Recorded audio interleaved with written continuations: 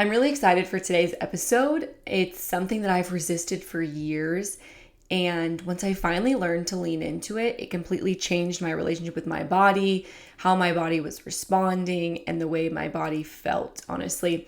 And it's this idea that sometimes our body does not just need strong armed and forced into submission, rather, it needs worked with and listened to.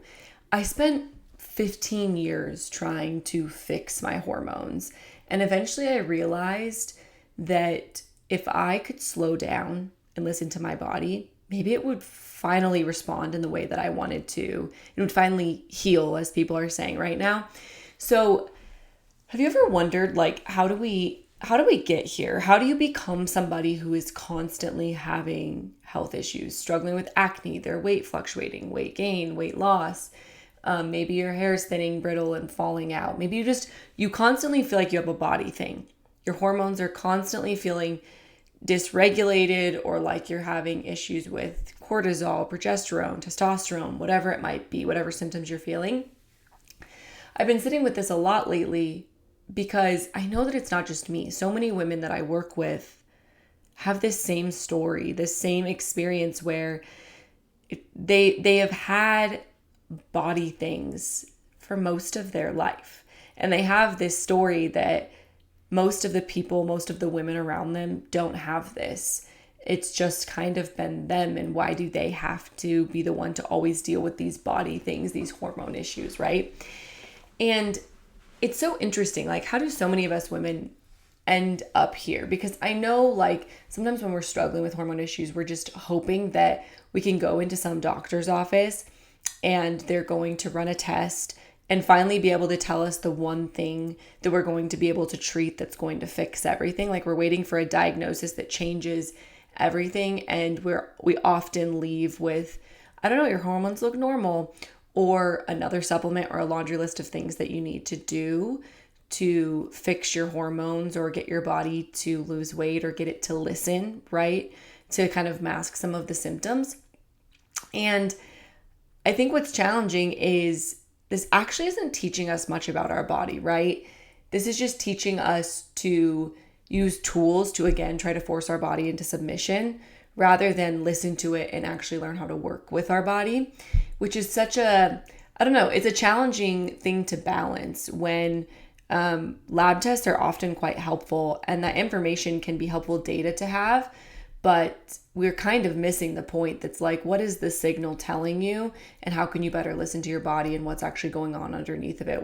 How did we get here in the first place? So I feel like I have struggled with hormone related things since I was 13 years old. I remember having acne on my back in 8th grade, and I was so nervous to go on my 8th grade history trip because we had to wear swimsuits, and I didn't want to be in my swimsuit in front of my classmates.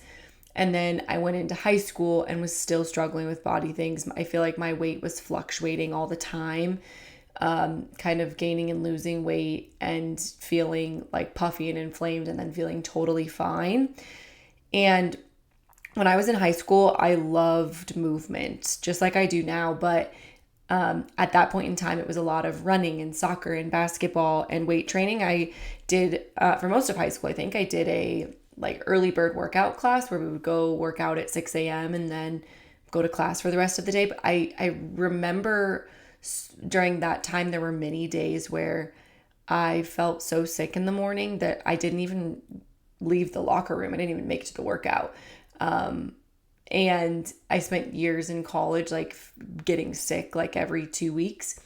And what I learned later in life is I was so stressed and worked up about things that I was making my body physically sick. And over time, I started to get a lot of PMS, so a lot of horrible, painful periods, like debilitating pain. And I remember one time having to go to the emergency room because we were like, surely there's something else going on. Like, this is far too painful to just be my period. And then it grew into gut issues. I had a laundry list of things I couldn't eat without hurting my stomach. And it felt like it was always something. And then in my early 20s, things really took a turn when I got my first job as an engineer. And my hair started getting really thin and brittle and falling out in clumps. I gained a lot of weight, like 30 pounds in 3 months. I was so puffy and inflamed. I didn't even recognize myself when I looked in photos or looked at photos. And it's, I don't know, it's such an interesting thing to be like, to feel like you're one way in your body and then you see a picture of yourself and you're like, whoa, that's me. I don't even recognize myself.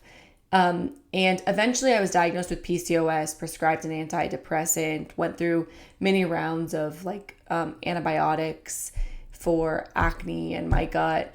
And some of those things helped for sure. The lab tests and the supplements and the protocols certainly can help. And I'll talk about that more in an upcoming video. Like, what did I actually do? What tests was I doing? What protocols, supplements was I doing? So follow along, because I think that will be a helpful video, and it really did make a difference for me. But the one thing I really want to talk about in this video that made a huge difference for me that most of us don't want to hear is that until we learn how to slow down, until we learn how to listen to our body and get in tune with our nervous system, we are going to continue to perpetuate hormonal disruption. And what I mean by that is perpetuate these dysregulated hormones and these symptoms that we're experiencing because we're living life at 1,000,000 miles an hour and trying to force our body into submission, trying to strong arm our body rather than listen to it. And this often requires slowing down, which is so counterintuitive and the opposite of what we see on social media and what we're sold by the wellness industry. We're sold these complicated solutions, which I talk about often in here, but these complicated solutions, it can't possibly be that simple. Like, somebody else has the magic solution or the answer to what's actually wrong with you. Because it certainly can't be that simple. Like, there's something wrong with your body and it doesn't know how to function right, correct? That's a story I told myself for a long time too. And learning how to listen to my body was extremely liberating. Learning how to slow down so I could speed up was extremely liberating. And what's fascinating is if you asked me back then if I was stressed out all the time, I definitely would have said no. Because when you say stressed, I think of too much stuff on your plate, right? Like too much overwhelm. I didn't realize there were all of these other things that can contribute to our total stress load, that contribute to our body being kind of stuck in this fight or flight state, which is something I talk in more depth about inside coaching and workshops that I do. Like, what is total stress load? What's dumping in there if it's not just work stress? Like, what is it? So I encourage you to join us for those things too, because I think that's a really interesting conversation and reflection to have for your own life. But loving something that you do, like loving all the things that are in your life, doesn't necessarily mean that they're always nourishing you in the season of life that you're in. So my plate was very full of things I thought I was enjoying, but when I look back, it was things that I was still just trying to force and fix my body, trying to force my body to listen to me, trying to look the way I wanted it to look, trying to function the way I wanted it to function, and so much forcing and fixing. And you can notice a trend here. Like, I was chasing all of these accomplishments and these things that were supposed to make me feel good while simultaneously just driving my body into the ground. And I wasn't just chasing health, right? Like, I was chasing what I thought was going to be on the other side. I wanted my body to be lean so bad because I thought that that would mean my acne would finally go away. I'd finally feel confident. I'd finally have the courage to maybe admit that I don't know if I want to be an engineer. And I didn't know this at the time. This is all in hindsight, right? That I was able to kind of connect some of these things. But I was just really trying to force my body into submission to be 14% body fat because I thought leanness was the ticket to everything. I thought it was the gateway to the life that I wanted. And I was so frustrated. Like, why wouldn't my body listen to me? Like, you're supposed to be able to eat less and exercise more, and your body's supposed to lose weight, but that wasn't happening anymore. I wasn't losing more weight. I wasn't leaning out more. My body kind of felt like it was working against me and going in the opposite direction, to be honest, which is something I hear from so many women that I work with, right? Like, those tools, eat less, exercise more, work for a period of time until they don't anymore. And then it feels like those measures make you go in the opposite direction. This is something so many women who come to me express, like, all these things used to work for me and I don't know what's going on anymore. Like, my body's not working the way that it used to. And I know that nobody wants to hear this, but regardless of what your lab work says, you'll have to learn how to support your nervous system. You'll have to learn how to slow down. You will have to learn how to start listening to your body and caring for your body, because your body cannot thrive when it's constantly just stuck in survival mode. And I want us to zoom out for a second. So if you think about if you were being chased by a tiger or in a famine, your body responds accordingly, right? It moves into fight or flight, and it does everything it needs to do to protect you, to keep you alive, basically. So in this state, your body is not worried about reproduction, right? Absolutely not. It's like, I can't have a baby right now. And so it does this cascade of things to keep you alive. Now, the unfortunate thing is, in our modern day life, most of us aren't being chased by tigers, but we have all of this perceived stress in our life, overwhelm, we're under-rested, we're malnourished, we have too much on our plate. We're telling ourselves all of these stories in our mind that are just perpetuating stress and anxiety. And it's making us feel like we're under chronic stress all of the time. And unfortunately, when we're in this chronic stress state, our body is kind of stuck in fight or flight and not oscillating between fight or flight and rest and digest.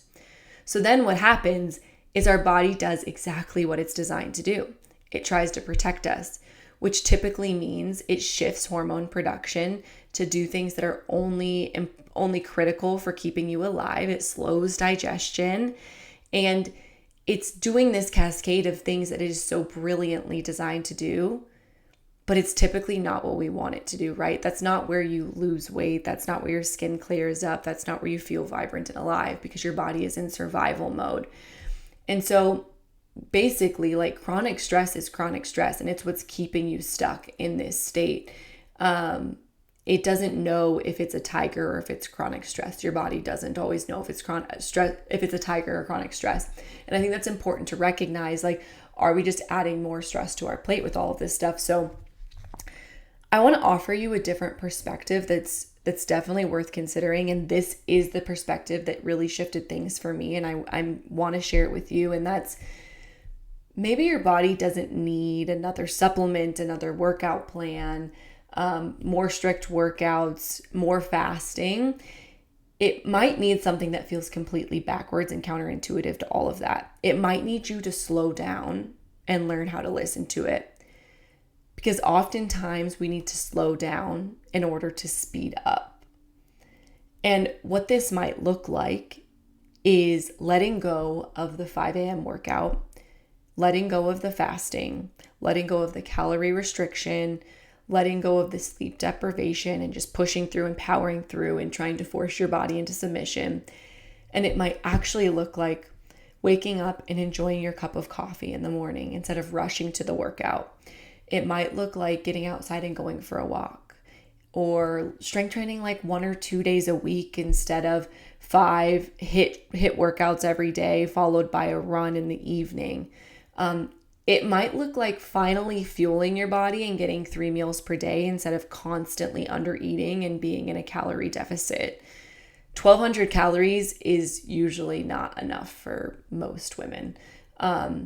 And again, sometimes these tools work for people to eat less, exercise more for a little bit until your body starts to resist it, because at some point your body perceives that as stress and it starts to try to protect you because it's sensing that it's not safe. So when your body finally feels safe is when you will start to notice the things shift that you want. Your hormones will feel like they're balancing or regulating. You'll finally lose some of that weight that you've been trying to lose. Your skin will clear up. You'll have better energy and feel like you can show up for your life in the way that you want to. And so that's why I say that maybe the thing that your body is asking for is the opposite of what you've been doing and what you've been told that you need to do. And really thinking about, like, what does it look like to slow down in my life? Where am I just adding fuel to the fire? Because sometimes the slowing down does not look as productive or impressive from the outside.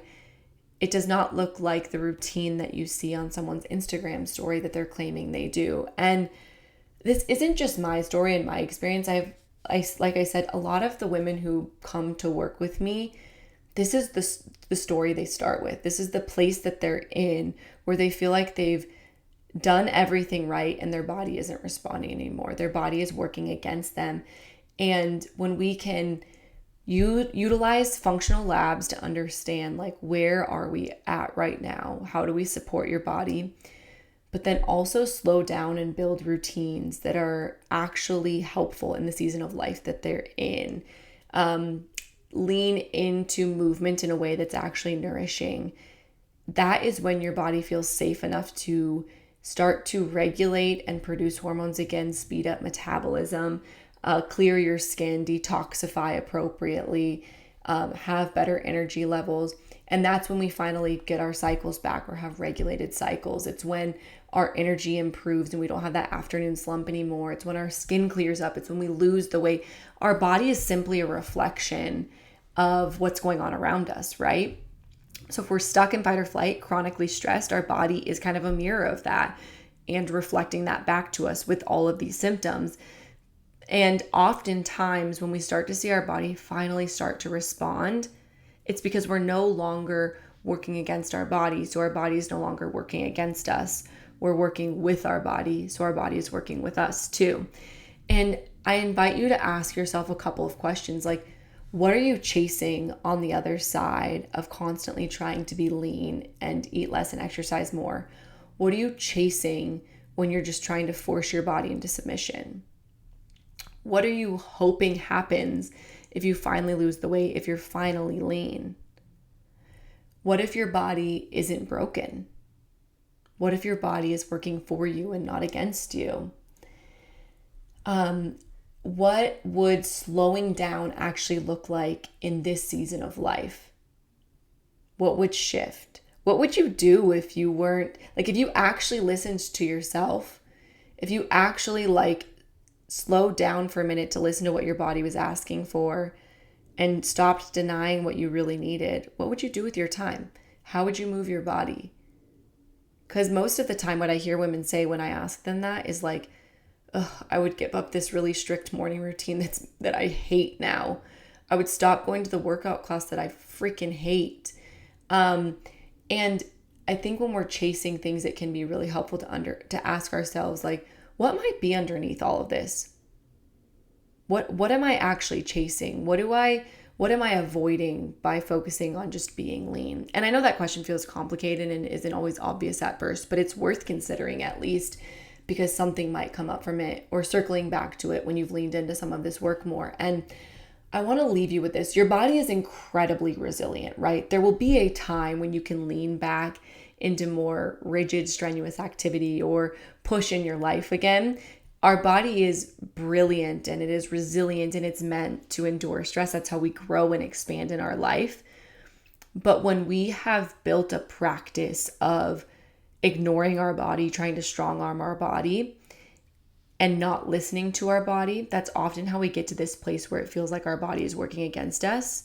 So that may mean for a season, for now, you need to slow down and give your body the rest and safety that it needs to be able to respond and get back in balance.